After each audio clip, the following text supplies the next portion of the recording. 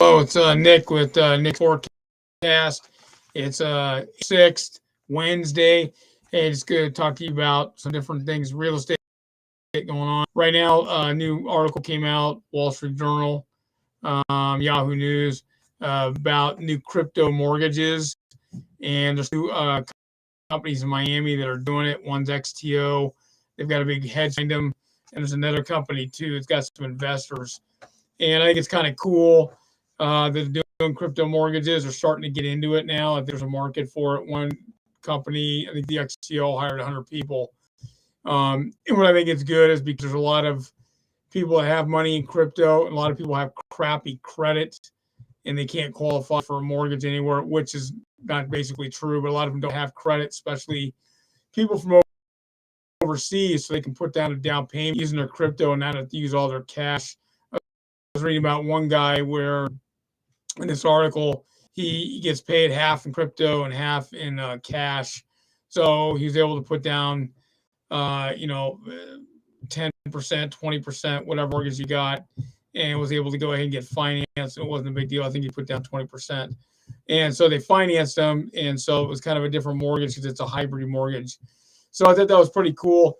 Cochran Real Estate's talking about doing it. Ellison, there's some ones in the West Coast, for sure. John L. Scott, Windermere, Remax out of Colorado, Keller Williams out of Dallas. I mean, a lot of the big players, Coldwell Banker, Reality firms, Sotheby's, a lot of them are talking about doing it. It's kind of the new thing. I remember about 5 years ago, four years ago, I read about in Seattle where they actually did a crypto deal on it with the mortgage company, but they just had to go ahead and trail everything and source it. So this is coming to be a new thing. I mean, it was bound to happen since they're trying to pull this digital currency stuff, which is going to be, like I said, good luck, because you'll have war that happens. People want to have a currency because it gives them identity, but there'll be at least be a digital currency that people can use to do it. So it kind of gives people a different way of doing things.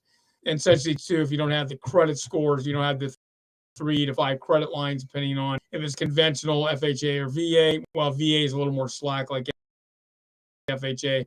If you're in a Alt-A type situation, it's different. If you're doing subprime, non-prime, there's a lot of opportunity anyways. But there's a lot of opportunity right now anyways. If you have subprime or non-prime, because you can do seller carrybacks and do some other, you can do no docs. You can't do no doc, no asset, but you can do no docs and stated deals. It depends on what part of the United States you're on. California, Oregon, Washington have lots of lenders, like Florida, so you have more opportunity. Also, Arizona does, Nevada, there's quite a few lenders. The Midwest, it's kind of it's shaky. Southeast, there's some more in Georgia, Alabama, like I said, Florida. The Northeast is kind of a mixed bag. So it varies from where you're at. So that's good for you if you're an investor. It's another way to go because you can do commercial mortgages. Also, too, so I can have commercial mortgages right now on the commercial. Let's see here, just a sec. Okay, so commercial mortgages too. Basically, there's been some new art on that. A lot of people, investors, are getting into the game of getting basically multi-families, and I think Cardone is kind of responsible for that. There's some other ones on television that you can get in there and invest. Cardone, you can invest in his thing with $1,000. With a couple $1,000, you can get in there, so it's pretty cool. And I'll probably end up doing it myself just to do it. Anyways, so the right now, I put up a graph on my Facebook, basically Facebook at Nick's Forecast. You can look at it, and it kind of explains the ups and downs of the mortgages right now for commercial. Commercial right now is still pretty low rates, even though rates are, for conventional running around 5%, which is low. 6% is pretty low. Actually, under 7 is actually pretty good. So a lot of basically they've been basically having the stuff in the 3% range, 2.5% for so long. They've been kind of getting the good stuff for a long time. So now they're going to have to get it with the bad.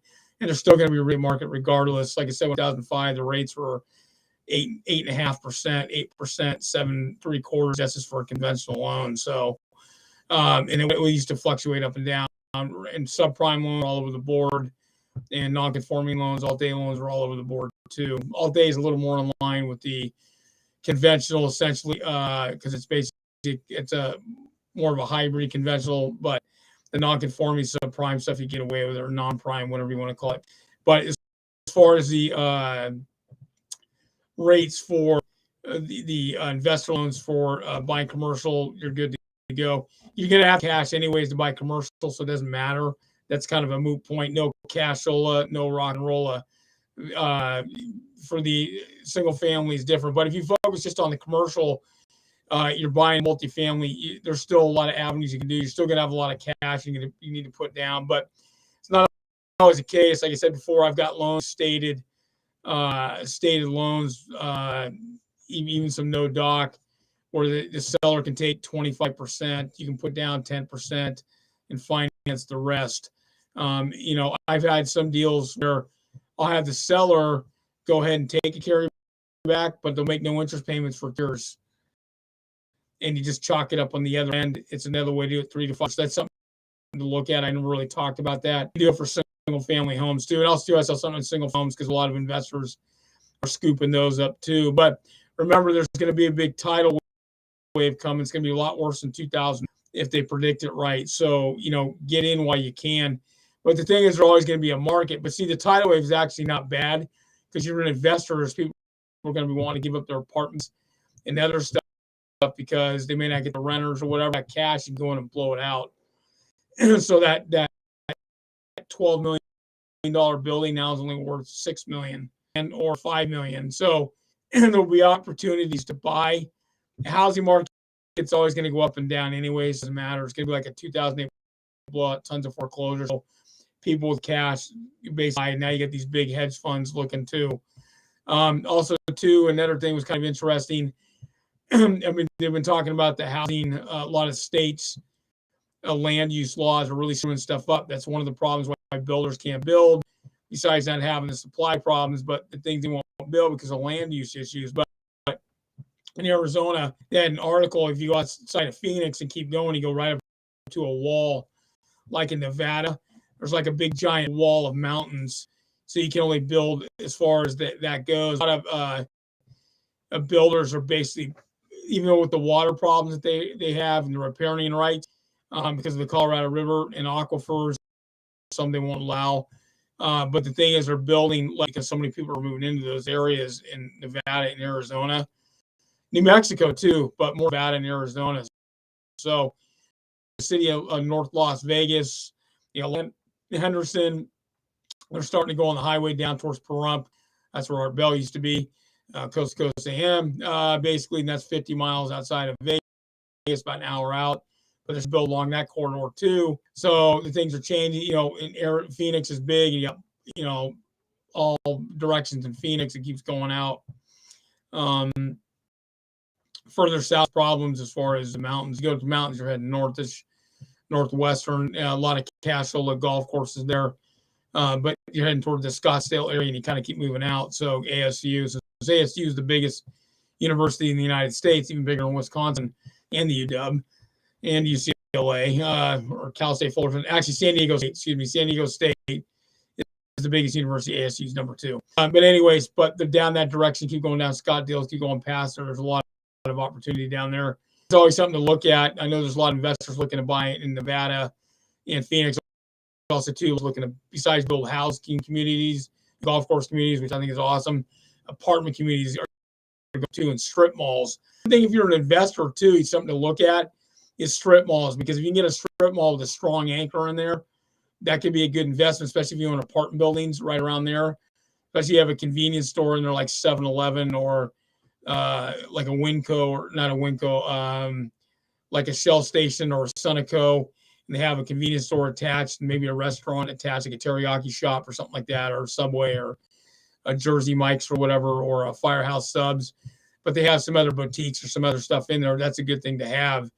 In addition to, besides apartment buildings too. So you're looking at to branch out to take over an area.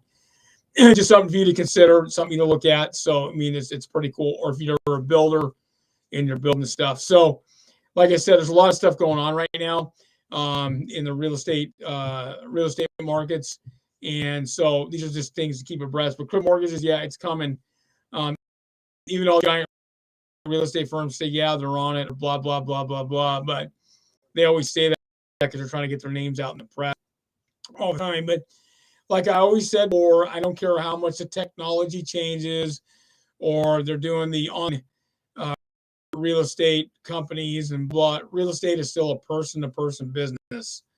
I mean, there's going to be exceptions with foreign buyers or maybe some U.S. citizens that live overseas that want a house back over here, but still a person-to-person business. You still need to get the person, talk to them, show them the house. Excuse me. You still need to show them the house, the apartment building, whatever. It's still a person-to-person business.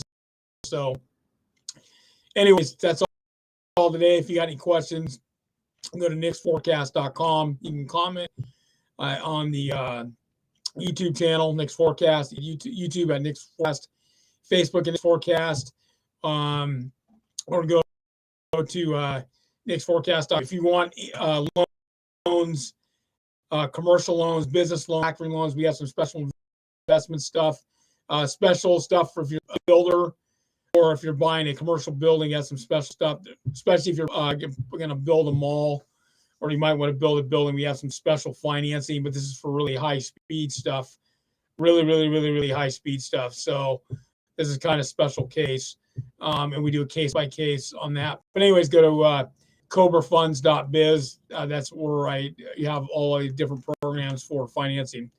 Anyways, you guys have a good one and enjoy the rest of the day. Till next time, out.